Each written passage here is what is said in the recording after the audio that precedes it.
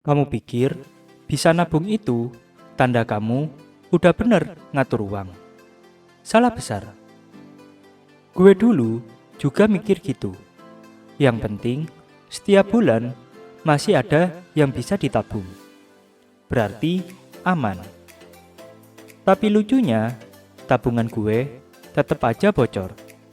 Gaji naik, pengeluaran juga ikut naik. Dan yang paling aneh, semakin gue kerja keras, semakin sering gue ngerasa miskin. Pernah ngerasa kayak gitu juga nggak? Nih, gue bakal jujur. Struktur uang gue dulu hancur total. Tapi yang lebih parah, gue nggak pernah sadar kalau itu penyebab utama kenapa gue nggak pernah maju. Jadi gini, setiap awal bulan, gue selalu bikin rencana keuangan. Oke, gaji segini, buat makan segini, nabung segini. Tapi 2 minggu kemudian, uang gue tinggal sisa 2 digit di rekening. Gue mulai nyalahin banyak hal, seperti harga naik, kebutuhan semakin banyak, gaji yang kurang.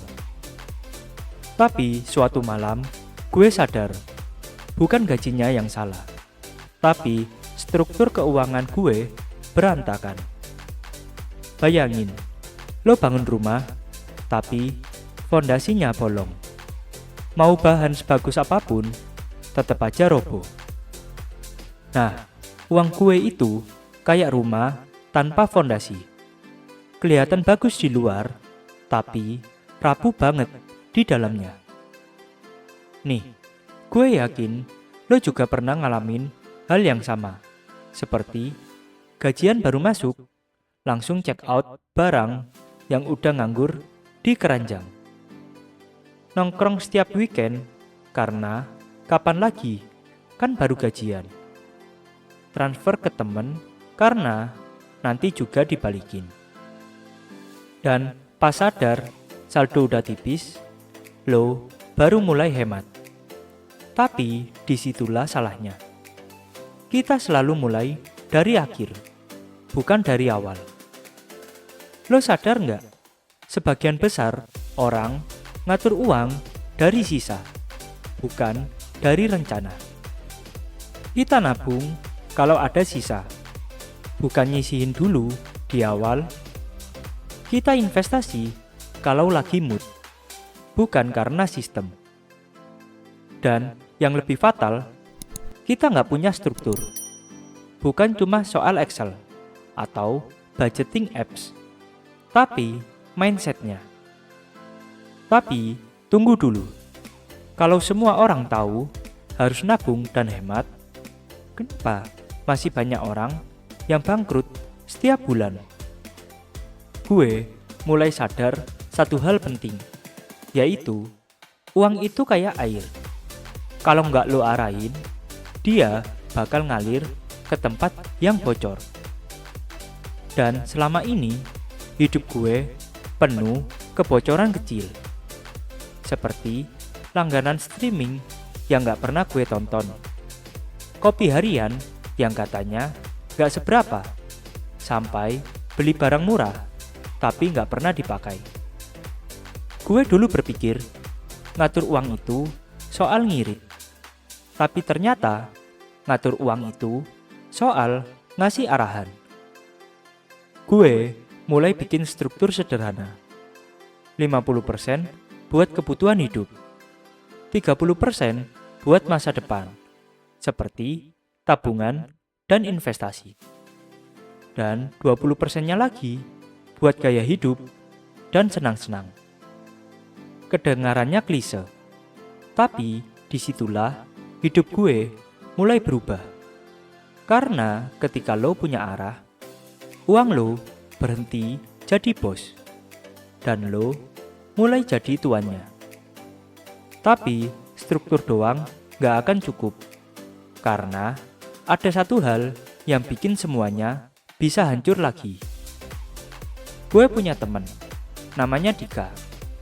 Dia penghasilannya lumayan, lebih besar dari gue malahan. Tapi setiap bulan, dia selalu bilang kalimat yang sama. Bro, entah kenapa, uang gue cepet banget habisnya. Pas gue tanya, dia jawab santai. Gue sih nggak boros, cuma ya pengen hidup nyaman aja. Tapi pas gue lihat lebih dalam, semua pengeluarannya sebenarnya emosional spending. Dia beli barang bukan karena butuh, tapi buat ngerasa berhasil. Dia makan di tempat fancy bukan karena lapar, tapi biar kelihatan setara. Dan disitulah gue baru sadar, struktur uang gak akan jalan kalau emosinya masih berantakan. Lo bisa bikin tabel, bisa punya catatan, tapi kalau lo masih ngatur uang pakai perasaan, hasilnya tetap aja chaos. Jadi, gimana caranya biar nggak jatuh ke pola yang sama lagi? Gue mulai dari hal yang paling kecil. Gue pisahin uang jadi 3 rekening. Yang pertama, rekening kebutuhan hidup. Untuk bayar tagihan, makan, dan transport. Yang kedua, rekening masa depan. Untuk tabungan dan investasi. Yang ketiga, rekening kebebasan. Untuk senang-senang tanpa rasa bersalah. Tiap gajian, uang langsung dibagi otomatis. Jadi, gue nggak perlu ngatur uang setiap hari. Uangnya udah punya tempat masing-masing. Dan yang paling penting, gue bikin ritual kecil setiap minggu, yaitu ngecek arah uang gue, bukan jumlahnya. Karena lo nggak perlu kaya buat punya struktur, tapi lo butuh struktur buat bisa jadi kaya. Itu yang nggak banyak orang pahami. Lucunya, semakin gue kaku ngatur uang, justru semakin bebas rasanya. Bebas dari stres, bebas dari mikir, ini cukup nggak ya buat akhir bulan. Sekarang, setiap kali gue lihat saldo, gue nggak cuma lihat angka. Gue lihat arah hidup gue. Karena uang itu cuma cermin dari keputusan lo. Kalau arah lo berantakan, uang lo juga bakal ikut berantakan. Tapi begitu lo sadar dan lo mulai bikin fondasi, hidup lo pelan-pelan berubah. Bukan karena lo tiba-tiba kaya, tapi karena lo akhirnya ngerti cara berdamai sama uang. Kalau lo pernah ngerasain hal yang sama, uang bocor, gaji habis cepet, atau bingung mulai dari mana? Tulis cerita lo di kolom komentar.